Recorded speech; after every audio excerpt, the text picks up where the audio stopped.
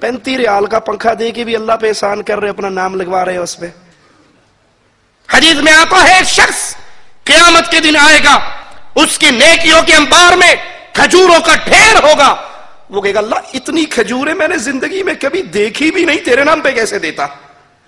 اللہ کہے گا بندے تو نے آدھی کھجور میرے نام پہ ایک مرتبہ دی تھی. آدھی کھجور. کتنی؟ آدھی کھجور. کس کے نام پہ؟ مقصود کیا تھا؟ اللہ راضی ہو جائے. میں نے اس آدھی کی پرورش کرتا رہا اور یہ ساری ڈھیر اسی آدھی کھجور کا ہے. پہلی شرط وہ عمل اللہ کی رضا کے لیے، ریاکاری کے لیے نہ ہو، دکھلاوے کے لیے نہ ہو. اور اگر یہ شرط موجود نہ ہو، یہ شرط موجود نہ ہو اور اسلام کے اعمال کی لسٹوں میں شہادت کا عمل بہت بڑا ہے. بڑا ہے یا چھوٹا ہے؟ ٹھیک ہے، دل تو چاہتا ہے کہ شہید ہو جاؤں، لیکن سنا ہے سالے جان سے ہی مار دیتے ہیں.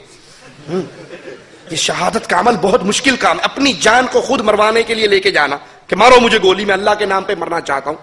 صحابی کو نبی نے بھیجا جاؤ اس بستی میں لا الہ الا اللہ کا پیغام دو.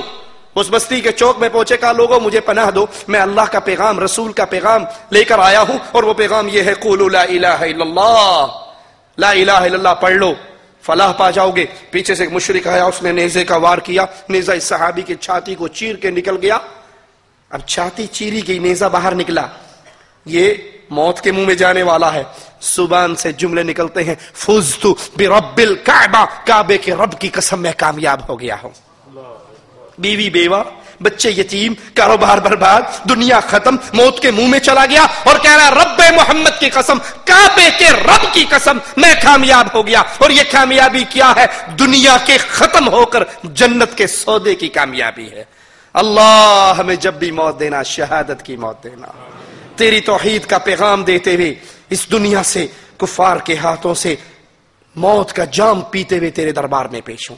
لیکن یاد کر لیجئے اگر یہ شہادت کا عمل جو اتنا عظیم عمل ہے، امام الانبیاء فرماتے ہیں شہید قیامت کے دن آئے گا، زخم کھلے ہوں گے، خون بہتا ہوگا، لونہ کلون الدم، رنگ خون کا ہوگا، خوشبو جنت کی کستوری کی ہوگی.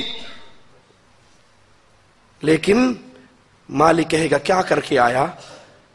کہے گا اللہ تیرے راستے میں لڑتا رہا یہاں تک کہ مجھے قتل کر دیا گیا. مالک فرمائے کہ کذبت، جھوٹ بولتا ہے تو، جھوٹ بولتا ہے. یہ ٹھیک ہے کہ تو مارا گیا، لیکن تیرا مقصد میری رضا نہیں تھی. مقصد یہ تھا بڑا کمانڈر ہے جی، تیرے مجلے چھپے، تیری وصیتیں چھپے، تیرے اعلانات چھپے، لوگ تیرا چرچا کریں، بہت بڑا مجاہد، بہت بڑا کمانڈر، ہر مارکے میں سب سے آگے. فقد قیل، جو تو نے چاہا تھا دنیا والوں نے کر دیا. اذهبوا به الى النار، فرشتوں اس کو اٹھاؤ اور اوندا منہ کر کے جہنم میں پھینک دو. شہادت کا عمل برباد ہو جائے گا اگر اس کے اندر اللہ کی رضا، اور اگر اللہ کی رضا ہو، اگر اللہ کی رضا ہو، شہادت تو بہت دور ہے، 2 قدم انسان اللہ کی رضا پہ چل لے اللہ راضی ہو جاتا ہے. حدیث میں آتا ہے ایک شخص جا رہا، راستے میں پوچھنے والا پوچھتا ہے کہاں جا رہے ہو؟ کہتا اس بستی میں جا رہا ہوں. کہا کیوں؟ کہا فلاں ابن فلاں کو ملنے کے لیے. کہا رشتہ دار ہے؟ کہا نہیں. کہا کوئی احسان اس نے کیا تھا بدلہ دینے جا رہے ہو؟ کہا نہیں. کہا کوئی ادھار لینا، کوئی قرض لینا دینا ہے؟ نہیں. دنیا کے سارے معاملات کا کوئی معاملہ بھی نہیں. کہتا پھر کیوں جا رہے ہو؟ جب کوئی قرضہ بھی نہیں دینا، کوئی احسان کا بدلہ بھی نہیں اتارنا، کوئی رشتہ داری چاچا ماما پھوپے دا پتر بھی نہیں، پھر اوکھا کیوں ہونڈے ہیں؟ کیوں جا رہے ہو؟ کہ اس لیے جا رہا ہوں وہ لا الہ الا اللہ پڑھنے والا، رب کی توحید کو ماننے والا ہے، میں اللہ کے لیے اس سے پیار کرتا ہوں. وہ جواب میں کہتا ہے میں انسان نہیں ہوں، فرشتہ ہوں، تجھے یہ پیغام دینے کے لیے آیا ہوں کہ تو اللہ کے لیے اس سے محبت کرتا ہے، اللہ نے تجھے اپنا محبوب بنا لیا ہے. شہادت کی موت، قتل اللہ کی رضا مقصود نہیں، جہنم میں گیا. چند قدم اللہ کی رضا کے لیے اٹھائے، جنت میں گیا. پہلی شرط عمل صالح کی کہ یہ اللہ کی رضا کے لیے ہو. دوسری شرط کہ یہ اپنی مرضی سے نہ ہو، جیسے مولوی صاحب نے کہا ویسے نہ ہو، جیسے حضرت شیخ مرشد نے تعلیم دی ویسے نہ ہو، بلکہ یہ عمل ویسے ہو جیسے محمد الرسول اللہ صلی اللہ علیہ وسلم نے سمجھایا. میں وہ نقطہ آپ کو سمجھانا چاہتا ہوں. حرج کیا ہے تیجے میں حرج کیا ہے، کھانا سامنے رکھ کے قرآن پڑھنے میں حرج کیا ہے، قبر پہ بیٹھ کے قرآن پڑھنے میں حرج کیا ہے، قبر پہ اذان دینے پہ حرج کیا ہے، مرنے والے کے گھر تعزیت کرنے جائے ہاتھ اٹھا کر اجتماعی دعا کی جائے حرج کیا ہے، اذان سے پہلے درود پڑھ لیا حرج کیا ہے، قرآن پڑھ کے بلٹی کر دیے، روح کو اصالے ثواب کر دیے حرج کیا ہے، گٹھلیوں پہ آیت کریمہ پڑھ لیا حرج کیا ہے۔ آئیے یہ حرج بتانے لگا ہوں۔ دوسری شرط، یہ عمل آپ کی مرضی کا نہ ہو، آپ کے ذہن کا نہ ہو، بلکہ یہ عمل ویسے ہو جیسے محمد الرسول اللہ نے کیا صلی اللہ علیہ وسلم۔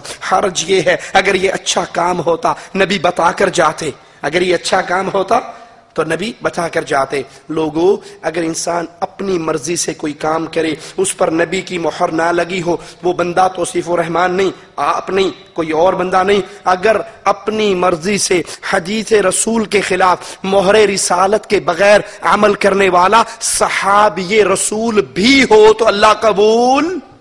آئیے آپ کو حدیث سناتا ہوں۔ ایک صحابی کو اللہ کے نبی دیکھتے ہیں جو کمزور ہو گئے، کہتے ہیں کیا ہوا تجھے، کیوں کمزور ہو گیا؟ جواب سنیے گا۔ وہ کہتے ہیں اللہ کے نبی 1 سال گزر گیا، 1 سال سارا دن روزوں سے رہتا ہوں، ساری رات تہجد میں رہتا ہوں۔ یہ کون ہے؟ صحابی رسول۔ یہ کون ہے جس کے بارے میں آقا نے فرمایا میرا صحابی 1 مٹھی یا ایک روایت میں آدھی مٹھی جو اللہ کے نام پہ دے دے، تم غیر صحابی احد پہاڑ مدینے کا، پورا احد پہاڑ سونے کا بنا کر اللہ کے نام پر دے دو، میرے صحابی کی آدھی مٹھی کے برابر احد پہاڑ سونے کا ہو نہیں سکتا۔ وہ ہے کہ کیا ہوا کہ اللہ کے نبی سارا دن روزہ رکھتا ہوں، ساری رات تہجد پڑھتا ہوں، جوان ہوں، قبر سے ڈرنے کے لیے، عذاب سے بچنے کے لیے یہ محنت کر رہا ہوں۔ امام الانبیاء نے فرمایا اللہ نے نہ تیرا کوئی ایک روزہ قبول کیا ہے، نہ کسی ایک رات کی تہجد قبول کی ہے۔ چلے پہ جانے میں حرج کیا ہے، سہ روزہ لگانے میں حرج کیا ہے؟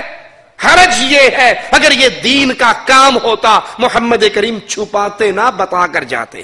اے میرے صحابہ، کوئی ایسا عمل نہیں جو تمہیں جنت میں لے جا سکے الا یہ کہ میں تمہیں بتا چکا ہوں، کوئی ایسا عمل نہیں جس کی وجہ سے تم جہنم میں جا سکو الا یہ کہ میں ڈرا چکا ہوں۔ نبی کی وفات میں صحابی کہہ رہے نبی اس حال میں ہمیں چھوڑ کر گئے، آسمان میں اڑنے والے پرندوں کا علم ہمیں دے کر گئے۔ ارے جو نبی پرندوں کا علم ہمیں دے کر گئے، وہ نبی اگر ثواب کے کام ہوتے ہم سے چھپا کر جاتے؟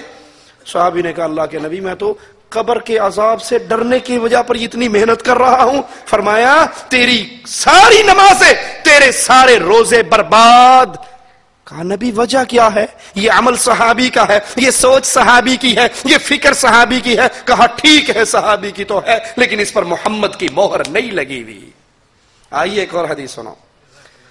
اللہ کے رسول صلی اللہ علیہ وسلم عید کی نماز پڑھانے کے لیے جا رہے ہیں، ایک صحابی کے گھر سے خون نکلتا ہوا دیکھا، پوچھا یہ خون کیسا ہے؟ محض الدم، یہ خون کیسا ہے؟ کہ اللہ کے نبی اب سوچ سنیے، وہ کہنے والوں حرج کیا ہے، آخر حضرت نے بتایا ہے، آخر شیخ نے بتایا ہے، اتنے بڑے امام تھے ہمارے، انہوں نے بتایا ہے۔ بھائی کہاں لکھا ہوا ہے؟ کہیں نہ کہیں تو ہوگا۔ ایک تو 4 مذہب مشہور ہے نا، ایک 5واں مذہب ہے، اس مذہب کا نام ہے مذہب ہوگا۔ دلیل پوچھو بھائی، یہ جو کام کرتے ہو کہاں؟ کہیں نہ کہیں تو ہوگا۔ معرفت دی گل سانو پیر صاحب نہیں دس دے، لیکن کہیں نہ کہیں تو ہوگا۔ ارے وہ کون سے گڑھے میں کتاب دفن ہے جس میں ہوگا؟ قرآن حدیث تو واضح ہے، یہ مذہب ہوگا کہاں سے آ گیا؟ کہیں نہ کہیں تو ہوگا۔